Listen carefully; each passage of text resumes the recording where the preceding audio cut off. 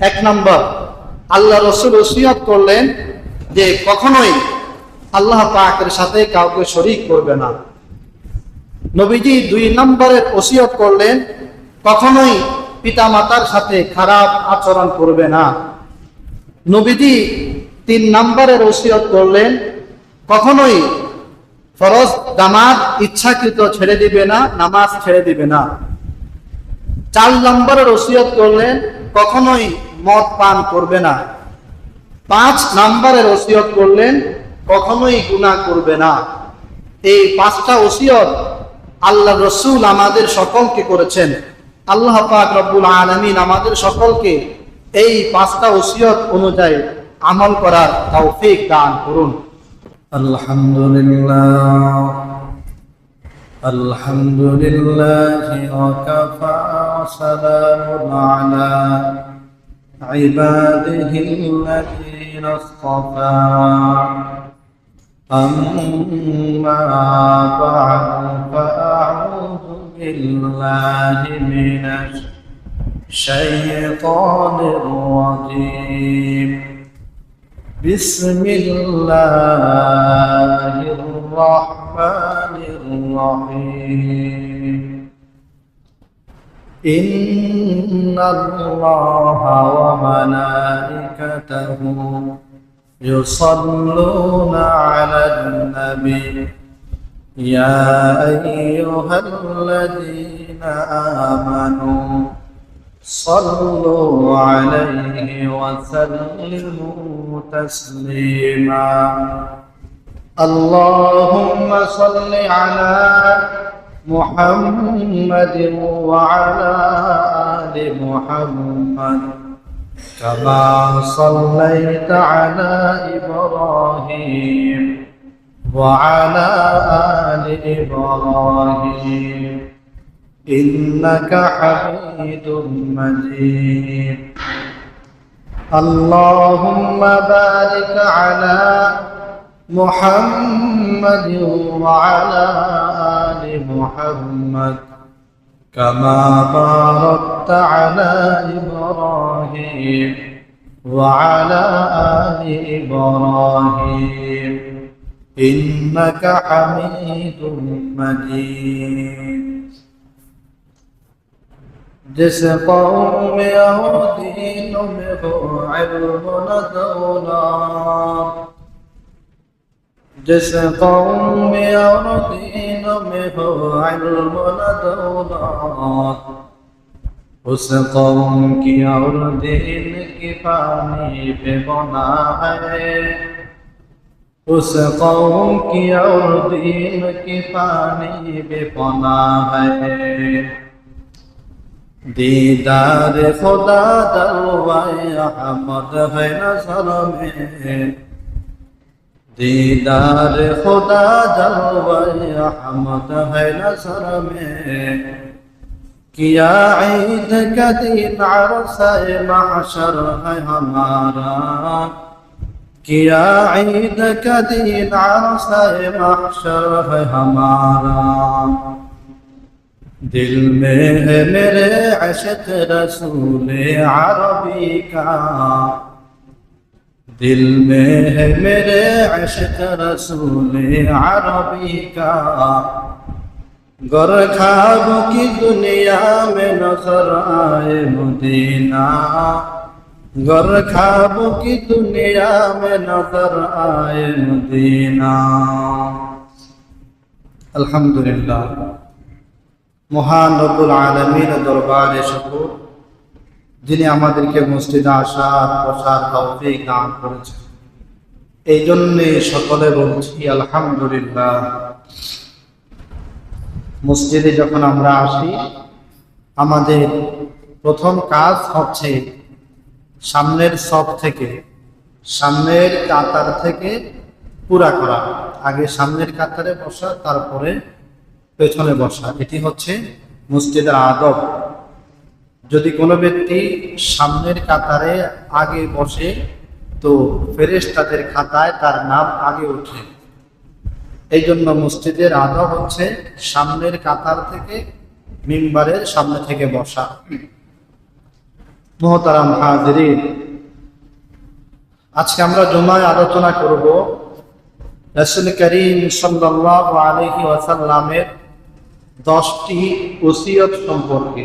ওসিয়ত, আল্লাহর রাসূলের 10টি গুরুত্বপূর্ণ ওসিয়ত সম্পর্কে আমরা আলোচনা করব। ওসিয়ত এবং নসিহত এই দুইটার মধ্যে পার্থক্য হচ্ছে, নসিহত পালন করার ইচ্ছা থাকে, চাইলে আপনি পালন করতেও পারেন, না করতেও পারেন, এটার নাম নসিহত। যেমন জুমার দিন আলোচনা হচ্ছে, চাইলে আপনি এগুলোর উপর আমল করতেও পারেন, না করতেও পারেন। কিন্তু ওসিয়ত হচ্ছে, এখানে আপনার কোনো সুযোগ নেই, আপনাকে অবশ্যই পালন করতেই হবে, এটাকে বলা হয় ওসিয়ত। রাসূল করিম সাল্লাল্লাহু আলাইহি ওয়াসাল্লাম আমাদেরকে 10টি ওসিয়ত করেছেন। যে 10টি ওসিয়ত মানা, যে 10টি নির্দেশ আদেশ মানা আমাদের সকলের জন্য দায়িত্ব এবং কর্তব্য। মুহতারাম হাজিরিন, রাসূল করিম সাল্লাল্লাহু আলাইহি ওয়াসাল্লাম একদিন হযরতে মুআজ রাদিয়াল্লাহু আনহুকে ডাক দিয়া বললেন, হে মুআজ, আমি তোমাকে 10টি ওসিয়ত করছি। এই 10টি ওসিয়ত যদি তুমি পালন করতে পারো, তাহলে আল্লাহ রাব্বুল আলামিন দুনিয়া এবং আখিরাতে তোমাকে সফলতা দান করবেন। হযরতে মুআজ রাদিয়াল্লাহু আনহু এই 10টি ওসিয়ত খুব ভালো করে মুখস্থ করলেন এবং তিনি এই 10টি ওসিয়ত আমাদের পর্যন্ত তিনি পৌঁছে দিলেন। হযরত মুআজ বলেন, আওসানি রাসূলুল্লাহ সাল্লাল্লাহু আলাইহি ওয়াসাল্লাম বিআশরি কালিমাত।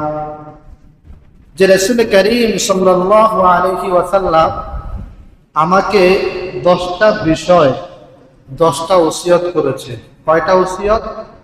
10টা। 1 নম্বর, লা তুশরিক বিল্লাহি শাইআ ওয়া ইন কুতিলতা আও হুররিকতা।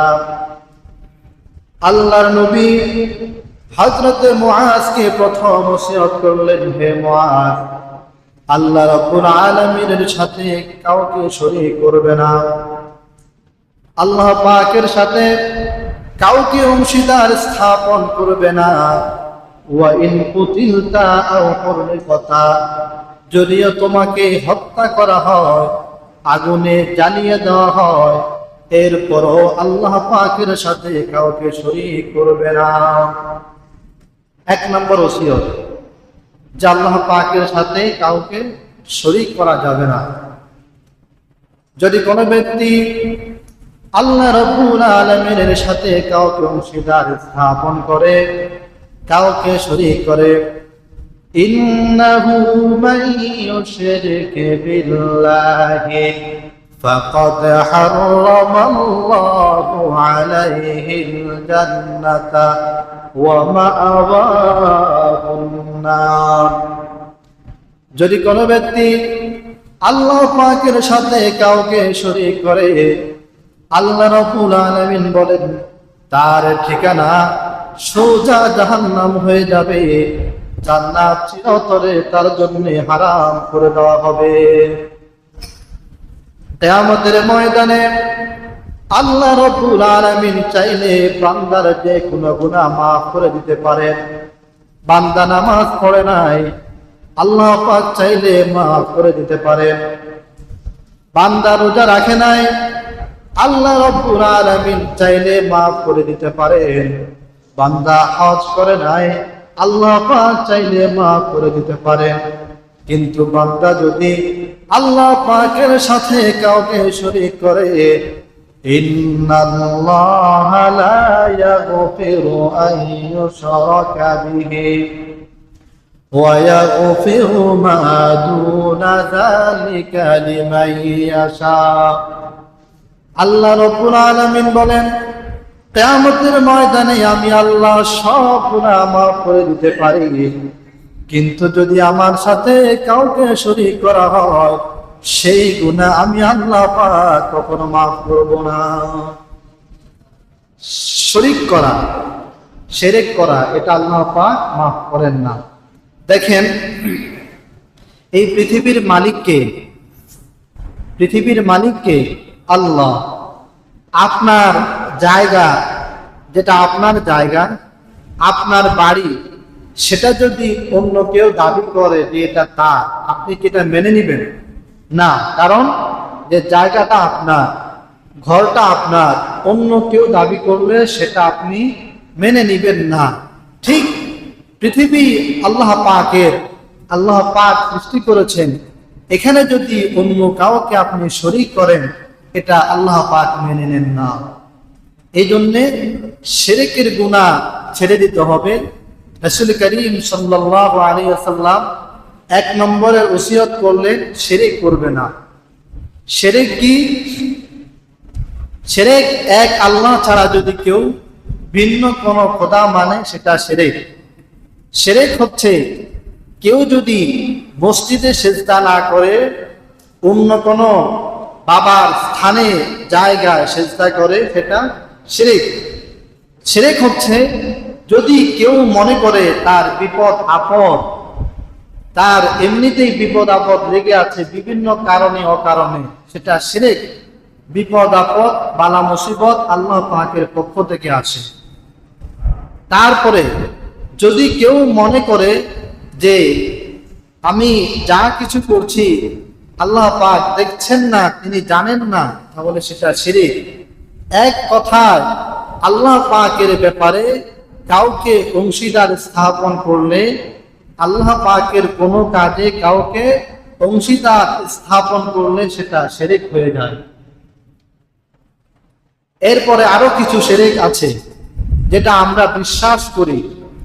যেমন আমরা আমাদের হাতের নখে যদি সাদা আবরণ ওঠে, সাদা দাগ ওঠে, আমরা মনে করি যে বিপদ আসতে পারে। আমাদের পা কিংবা হাতে যদি চুলকায়, আমরা মনে করি বিপদ আসতে পারে। তারপরে দোকানদারেরা রাত্রিবেলায় সুই সুতা বিক্রি করেন না। তারা মনে করে রাত্রিবেলায় সুই সুতা বিক্রি করলে কি হবে? ব্যবসা আর ভালো হবে না। সকালবেলা দোকানদারেরা বাকিতে বিক্রি করে না। তারা মনে করে বাকিতে বিক্রি করলে সারাদিন ব্যবসা আর ভালো যাবে না। এরপরে আপনি সকালবেলা বের হলেন, একটা পেঁচা দেখলেন, আপনি মনে করলেন আজকে দিনটা আর ভালো যাবে না। এই ধরনের অবিশ্বাস, এগুলি সম্পূর্ণ শিরক। এটা যদি কেউ বিশ্বাস করে তার ঈমান চলে যাবে। এগুলি কি? শিরক। এই জন্য আল্লাহ রসুল 1 নম্বর ওসিয়ত করলেন যে আল্লাহ পাকের সাথে কাউকে শরীক করা যাবে না। আল্লাহ রসুল 2 নম্বর ওসিয়ত করলেন পিতা মাতার অবাধ্য হওয়া যাবে না। পিতা মাতার সাথে বেয়াদবি, পিতা মাতার সাথে খারাপ আচরণ করা যাবে না। এটি আল্লাহ রসুল 2 নম্বর ওসিয়ত করলেন। ওয়ালা তাউকান্না ওয়ালিদাইকা ওয়া ইন আমারাকা আন তুখরাজা মিন আহলিকা ওয়া মালিকা। আল্লাহর নবী 2 নম্বরের ওসিয়ত করলেন, মা বাবার সাথে কখনো বেয়াদবি করা যাবে না, মা বাবার অবাধ্য হওয়া যাবে না। নবীজি হাদিসে বলেন, যদি তোমার মা বাবা তোমাকে বাড়ি থেকে বের করে দেয়, সম্পদ থেকে বঞ্চিত করে ফেলে, তোমাকে সম্পদ না দেয়, এরপরেও মা বাবার সাথে বেয়াদবি করা যাবে না। কার ঘোষণা? আল্লাহ রাসূল ওসিয়ত করতেছে, ওয়া ক্বাদা রাব্বুকা আল্লা তা'বুদু ইল্লা ইয়্যাহু ওয়া বিল ওয়ালিদাইনি ইহসানা। আল্লাহ পাক রব্বুল আলামিন কোরআনুল কারীমের মধ্যে ঘোষণা করছেন, তোমরা আমার ইবাদত করবে, আর আমার ইবাদতের পরে যার আনুগত্য করবে তারা হচ্ছে তোমার মা বাবা। ইম্মা ইয়াবলুগান্না ইনদাকাল কিবারা আহাদুহুমা আও কিলাহুমা ফালা তাকুল লাহুমা উফফিন ওয়া লা তানহারহুমা وَقُلْ لَهُمَا قَوْلًا كَرِيمًا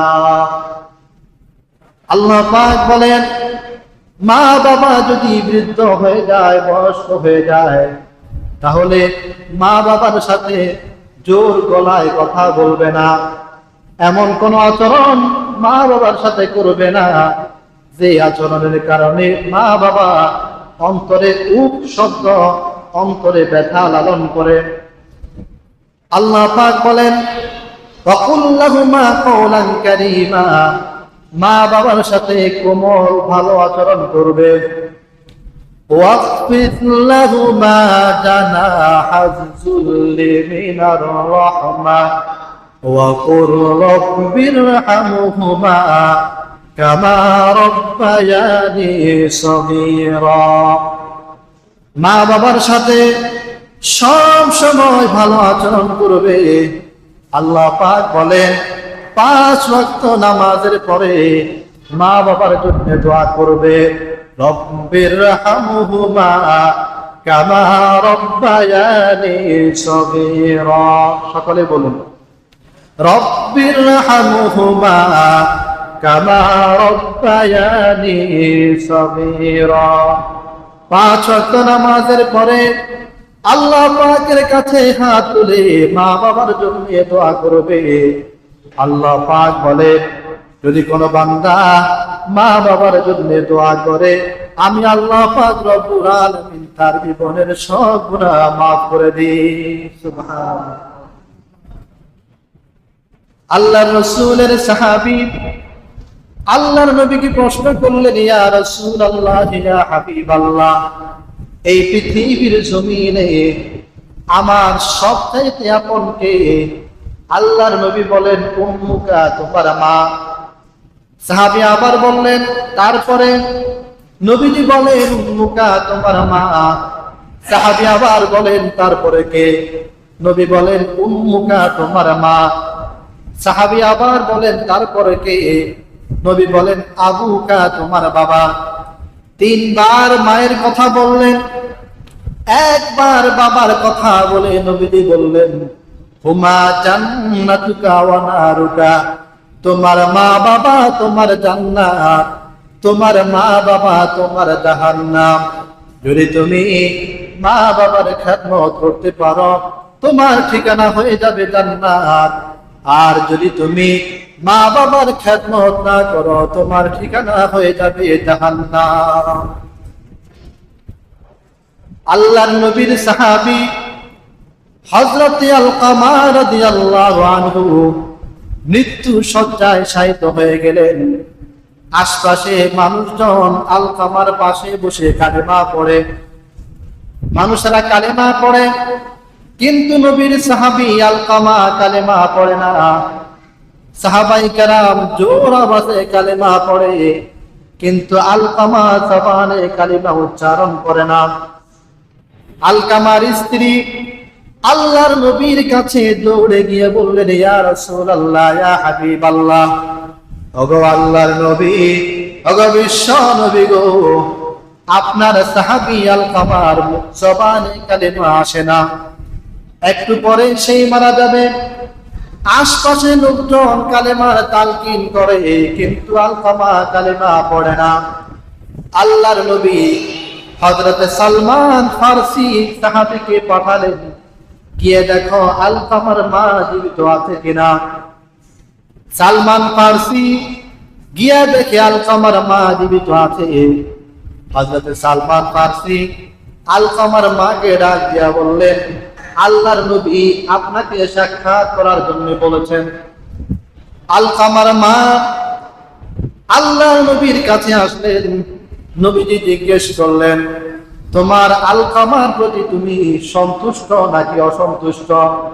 তোমার আলকামা তোমার সাথে ভালো আচরণ করে নাকি খারাপ আচরণ করে?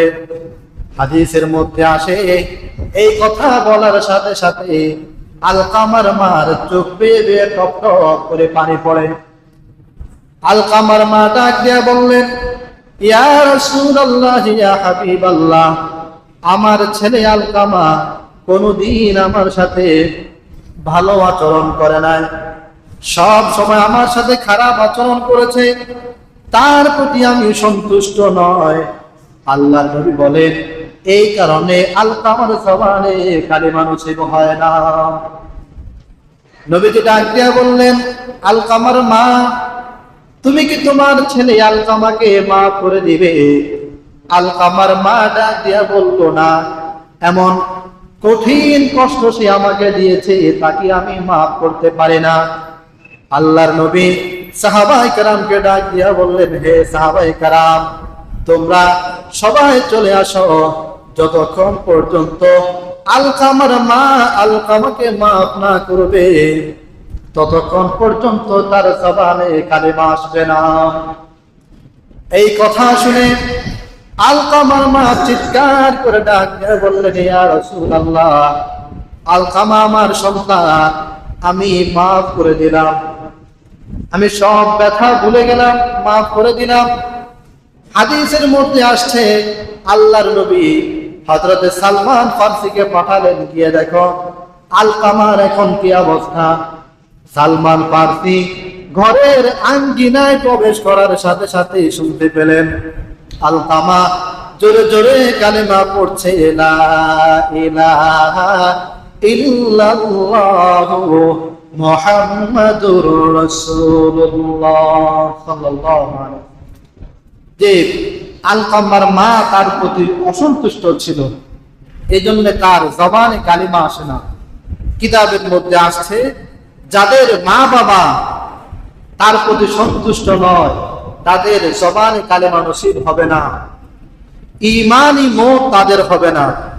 কিতাবের মধ্যে আসছে, যাদের প্রতি, যে সমস্ত সন্তানের প্রতি তার বাবা মা অসন্তুষ্ট, তাদের জবানে কালেমা কখনোই নসিব হবে না, কালেমা আসবে না তাদের জবানে। এই জন্য মা বাবার কাছে মাপ চেয়ে নেওয়া। নবীজি দ্বিতীয় ওসিয়ত করলেন যে মা বাবার সাথে কখনোই খারাপ আচরণ, অবাধ্য আচরণ করা যাবে না। একদিন আল্লাহর নবী সাহাবায়ে কেরামকে বললেন, মা মিন ওয়ালাদিন বাদিন ইয়ামসুরু ইলা ওয়ালিদাইহি নাযরাত রাহমা, যদি কোনো ব্যক্তি তার মা বাবার দিকে রহমতের দৃষ্টিতে মায়ার নজরে একবার তাকায়, ইল্লা কাতাবাল্লাহু লাহু হাজ্জাম মাবরুরা, আল্লাহ পাক তাকে একটি হজ্জে মাবরুর নসিব করেন, একটা কবুল হজের সওয়াব দান করেন। সাহাবায়ে কেরাম প্রশ্ন করলেন, ওয়া ইন নাযারা মিয়াতা মাররা, যদি কেউ 100 বার তাকায়? নবী বলেন, নাম, যদি কেউ মা বাবার দিকে 100 বার মায়ার নজরে তাকায়, আল্লাহ পাক তাকে 100 কবুল হজের সওয়াব দান করেন। সুবহানাল্লাহ। এই জন্য মা বাবার চেহারার দিকে পৃথিবীর দুইটা জিনিস যত তাকায় তত গুনাহ মাফ হয়, সওয়াব হয়। কয়টা জিনিস? দুইটা। একটা হচ্ছে মা বাবার চেহারা, আর একটা হচ্ছে কাবা ঘর। কাবা ঘরের দিকে যত তাকাবে তত সওয়াব হবে, গুনাহ মাফ হবে। মা বাবার চেহারার দিকে যত তাকাবে তত গুনাহ মাফ হবে, সওয়াব হবে। এই জন্য নবীজি দ্বিতীয় ওসিয়ত করলেন, মা বাবার সাথে বেয়াদবি করা যাবে না। নবীজি 3 নম্বর ওসিয়ত করলেন, কখনোই ফরজ নামাজ ইচ্ছাকৃত ছেড়ে দিবে না। নবীজি ওসিয়ত করলেন, ওয়ালা তাতরুকান্না সালাতান মাকতুবাতান মুতাআম্মিদান। আল্লাহর নবী 3 নম্বরের ওসিয়ত করলেন, কখনোই নামাজ ছেড়ে দিবে না। নামাজ পৃথিবীর জমিনে একজন মুমিন মুসলমানের গুরুত্বপূর্ণ আমল। যদি কোনো মানুষ নামাজ ছেড়ে দেয়, আল্লাহ রাব্বুল আলামিন তার জীবন থেকে আয় উন্নতি বরকত দূর করে দেন। যারা নামাজ পড়ে না, আল্লাহ রাব্বুল আলামিন তাদের জীবনের জিম্মাদারি দূর করে দেন। যারা নামাজ পড়ে না আল্লাহ রাব্বুল আলামিন তাদেরকে বিপদ আপদের সম্মুখীন করেন। যারা নামাজ পড়ে না আল্লাহ রাব্বুল আলামিন তাদেরকে 24 ঘন্টায় চিন্তা পেরেশানিতে রাখেন। এই জন্যে কোটি টাকার মালিক কিন্তু নামাজ পড়ে না, সারাদিন চিন্তা পেরেশান, অস্থির মনোভাব। কোটি কোটি টাকার মালিক কিন্তু মনের অস্থিরতা যায় না, কারণ সে নামাজ পড়ে না। আল্লাহর নবী সাহাবায়ে কেরামকে বলেন, হে সাহাবায়ে কেরাম, তোমাদের কারো বাড়ির সামনে যদি একটা পুকুর থাকে, ওই পুকুরে কেউ যদি দৈনিক 5 বার গোসল করে, হে সাহাবায়ে কেরাম, তার শরীরে আর কোনো ময়লা থাকবে কি? সাহাবায়ে কেরাম বললেন, লা ইয়াবকা। যদি কেউ দৈনিক 5 বার গোসল করে, তার শরীরে আর কোনো ময়লা থাকবে না। আল্লাহর নবী বলেন, ফাযালিকা মাসালুস সালাওয়াতিল খামস। 5 ওয়াক্ত নামাজ যারা 5 বার আদায় করবে, তাদের জীবনের যত গুনাহ আছে সব গুনাহগুলো মাফ হয়ে যায়। 5 ওয়াক্ত নামাজ। কিতাবের মধ্যে আসছে, যেই ব্যক্তি 5 ওয়াক্ত নামাজ জামাতের সাথে আদায় করে, যে ব্যক্তি, ওই ব্যক্তির জীবনে কখনোই চিন্তা পেরেশানি অভাব অনটন আসবে না। আর যেই ব্যক্তি 5 ওয়াক্ত নামাজ জামাতের সাথে আদায় করে না, তার জীবনে কখনোই বরকত আসবে না। যেমন আল্লাহ 5 ওয়াক্ত নামাজ দৈনিক 5 বার, বাকি সময় মানুষ কি করে? নিজের কাজ করে। তখন তো কেউ আর ইবাদত করে না, নিজের কাজ করে। দৈনিক 5 বার 5 ওয়াক্ত 50 মিনিট যদি কেউ আল্লাহ পাককে না দেয়, তো আল্লাহ পাক তার বাকি সময়টা তার থেকে নষ্ট করে দেন। ফলে সে যা চায় তার জীবনে, তার বয়স যদি 50 হয়, এই 50 বছর বয়সে তার কি প্রাপ্তি ছিল, কি কি তার পাওয়া দরকার ছিল, সে যা চাইবে তার পাবে না, যদি কেউ 5 ওয়াক্ত নামাজ জামাতের সাথে আদায় না করে। এই জন্যে 5 ওয়াক্ত নামাজ জামাতের সাথে 1 সপ্তাহ কষ্ট করে আদায় করা। 1 সপ্তাহ যদি কেউ কষ্ট করে আদায় করে, পরের সপ্তাহ থেকে তার এটা অভ্যাস হয়ে যাবে, আর কখনোই কষ্ট হবে না। আপনি একা নামাজ পড়েন না, এটা মনে করার কোনো সুযোগ নেই যে বাকিরাও নামাজ পড়ে না। না, হাজারো মানুষ জামাতের সাথে নামাজ পড়ছে, হাজারো মানুষ। আপনার তৌফিক হয় নাই, নামাজ পড়তে পারলেন না, কিন্তু হাজারো মানুষের তৌফিক হয়েছে, তারা জামাতের সাথে নামাজ পড়েছে। এই জন্য আপনি নিজেকে জিজ্ঞেস করা দরকার যে কেন আমি পড়তে পারলাম না, বাকিরা কেন পারলো, বাকিরা কিভাবে পারলো। এই জন্যে কষ্ট করে হলেও কমপক্ষে 1 সপ্তাহ, উলামায়ে কেরাম বলে 1 সপ্তাহ, 1 সপ্তাহ যদি কেউ জামাতের সাথে নামাজ আদায় করে, পর সপ্তাহ থেকে তার এটা আর কষ্ট হবে না, তার অভ্যাসে পরিণত হয়ে যাবে। নবীজি 3 নম্বরে ওসিয়ত করলেন যে কখনোই নামাজ ছেড়ে দেওয়া যাবে না, জামাতের সাথে নামাজ আদায় করতে হবে। নবীজি 4 নম্বরে ওসিয়ত করলেন, ওয়ালা তাশরাবান্না খামরান, কখনোই মদ পান করবে না, মদ খাবে না। কারণ ফাইন্নাহু রাসু কুল্লি ফাহিশা, মদ হচ্ছে যাবতীয় সব গুনাহের মূল। দেখেন, যদি কেউ মদ খায়, তার 1 নম্বরে মাথা শেষ হয়ে যায়, বিবেক নষ্ট হয়। বিবেক নষ্ট হওয়ার পরে এটাকে দিন নাকি রাত সে আর বুঝে না। ফলে সে দিন রাতও বুঝে না, মসজিদে তো আসার প্রশ্নই আসে না। সংসার ধ্বংস হয়ে যায়, বাড়িতে এসে আবল তাবল বকে, ফলে তার সংসার আর টিকে না। মানুষের কাছে সে হেয় প্রতিপন্ন হয়, মানুষ তাকে খারাপ মনে করে। খাইলো শুধুমাত্র মদ, কতগুলা সমস্যার সম্মুখীন হলো, একটু মদ খাইলো। এই জন্যে যদি কেউ মদ খায়, তাহলে সে আর কোনো ইবাদত করতে পারবে না। কারণ ইবাদত করার জন্য আপনার মাথার চেঞ্জ ঠিক থাকতে হবে। আপনার মাথায় ঠিক নাই, আপনি কি ইবাদত করবেন? এই জন্য রাসূল বলেন, মদ হচ্ছে সব গুনাহের মূল। যারা মদ খায় তাদের চেহারা থেকে নূর দূরে সরে যায়। পৃথিবীর একটা গুনাহ তাওবা করলে আল্লাহ পাক মাফ করে দেন, কিন্তু গুনাহের ক্ষতি কখনো তার থেকে আর দূরীভূত হয় না। সেই গুনাহটার নাম হচ্ছে মদ। কেউ যদি মদ বা মদ্যপান করে, তাহলে মদ পান করার কারণে তার দৈহিক শরীরের যে অবকাঠামোর ক্ষতি হয়, এটা আর কখনো পূরণ হয় না। আপনি 5 বছর মদ খাইলেন, এরপরে তাওবা করলে আল্লাহ পাক মাফ করে দিবেন, কিন্তু আপনার শরীরের যে ক্ষতি হয়েছে এটার ক্ষতিপূরণ কখনো আর হবে না। এই জন্য মদ যারা খায় এরা পৃথিবীর নিকৃষ্ট মানুষ, নিকৃষ্ট মানুষ।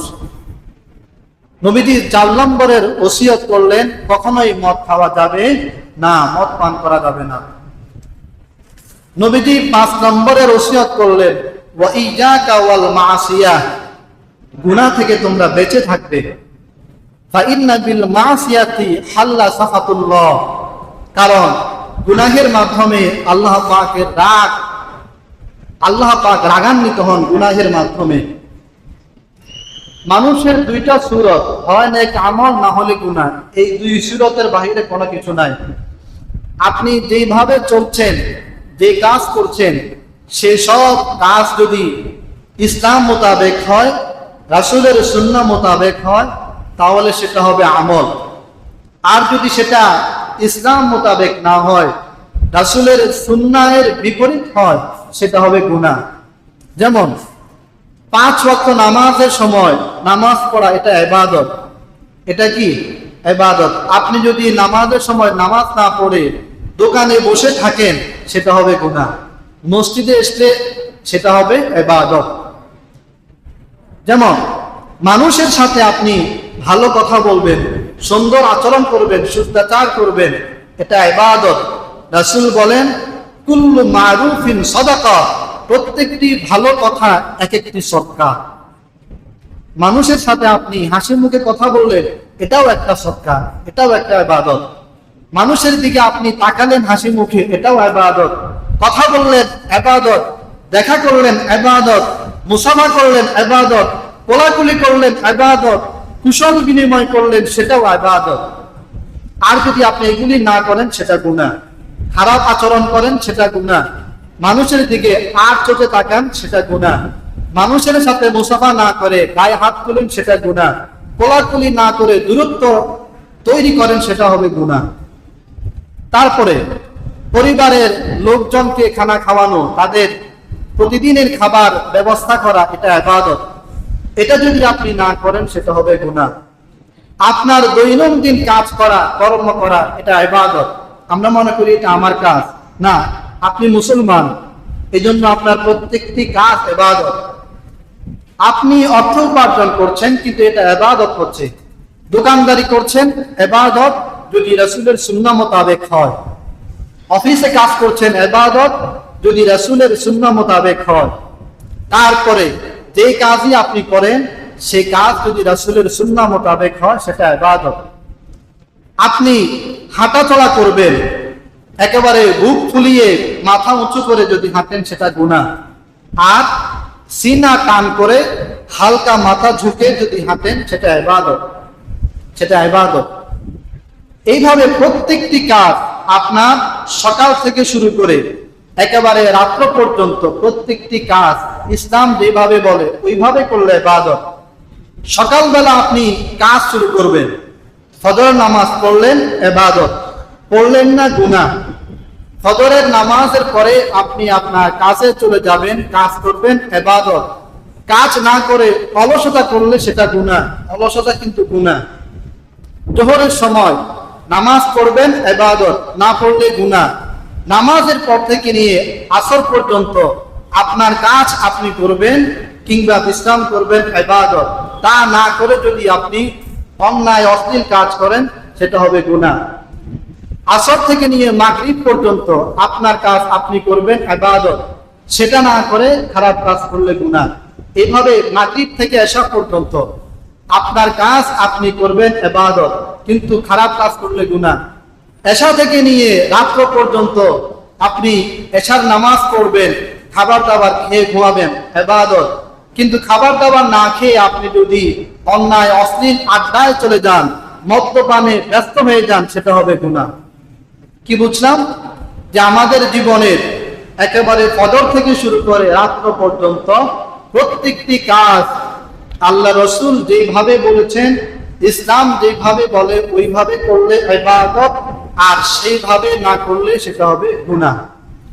মুহতারাম হাজিরিন, আজকে আমরা রাসূল করিম সাল্লাল্লাহু আলাইহি ওয়াসাল্লামের 10টি ওসিয়ত সম্পর্কে আলোচনা করছিলাম। 5টা পর্যন্ত আমরা আলোচনা করলাম। আল্লাহ রসুল গোটা উম্মতকে 10টা বিষয় ওসিয়ত করলেন।